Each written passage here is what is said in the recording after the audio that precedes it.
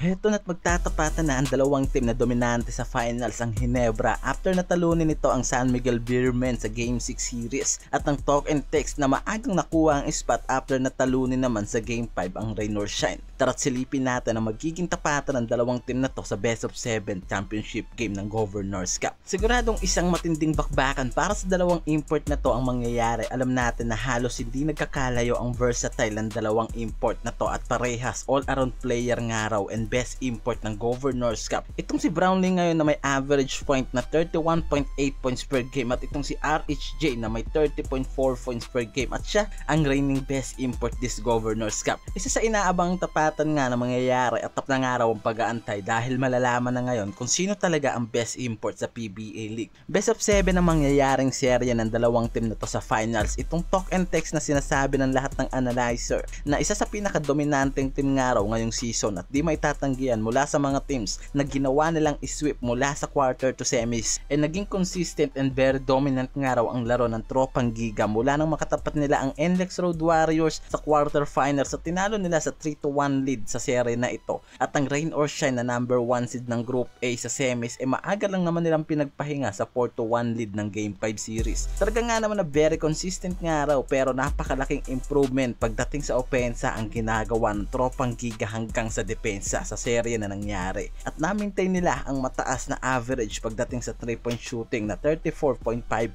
3-point shooting field goal. Samantalang 33.3% naman para dito sa Barangay Ginebra na hindi nga raw talaga nagkakalayo pagdating sa shooting difference ang dalawang team na to. May 51.7% 2-point field goal ang tropang Giga at 68.0% free throw percentage naman sa 14 games nito ngayon. Samantalang 46.6% 2-point field goal naman at 63.8% free throw percentage naman ang meron dito sa Ginebra. Kaya nga every small advantage and disadvantage nga raw sa mga ito ay malaking tulong para sa magiging serye nila ngayong finals. Alam natin na kilala ang TNT bilang isa sa pinaka-defensive team ngayon. Sobrang ganda ng ginagawang sistema pagdating sa man-to-man defense, at pagdating naman sa mga outside shooting halos lahat nga raw kayang kumuha ng laro na yan sa labas. At meron pa silang isang veteranong point guard na nagiging isang team leader nila ngayong season at may 80% winning percentage ngayong Governors Cup ang team na to ng Talk and Text. At isa, itong si RHJ na tinitignan na nagbibigay nga raw ng dominanting winning game dito sa tropang Giga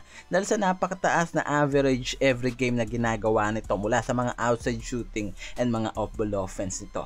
Sa kabilang dulo ganun din naman itong Gene Kings mula sa 63.64% winning percentage ngayong season, and very successful ang mga naging comeback game ng mga ito mula sa elimination to semifinals, at sobrang laki ng improvement pagdating sa mga rookie and sophomore players na mas naaasahan ng araw nila ngayon pagdating sa quarter to semis, at siguradong pagpasok ng finals is mas lalong gagamitin pa ito ni Coach Timcon. Alam natin na sobrang gandang transitioning and quick ball movement ang ginagawa ngayon ng Gene Kings, at biglaan nga raw talaga ang taas ng average ng mga ito pagdating sa outside shooting. At marami ngayon ang umaasa na magiging magandang araw talaga ang match-up ng dalawang ito at ang import nila na si Brownlee at RHJ, dahil alam natin na mula sa versatile at abilidad ng mga ito sa pagiging import hindi nga raw talaga nagkakalayo ang mga ito, at parehas all-around player ang ginagawa sa kanilang mga team. At mukhang sa sistema at magiging takbo na nga lang daw ng mga players ang magiging advantage and disadvantage ng mga ito, but sure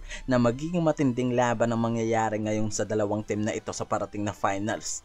At ang malaking katanungan na nga lang ngayon kung magagawa nga kaya idomina ng Gene Kings ang tropang Giga sa finals o magpapatuloy ang pagiging dominante ng tropang Giga at makuha nila ngayon ang second title nila sa season na to.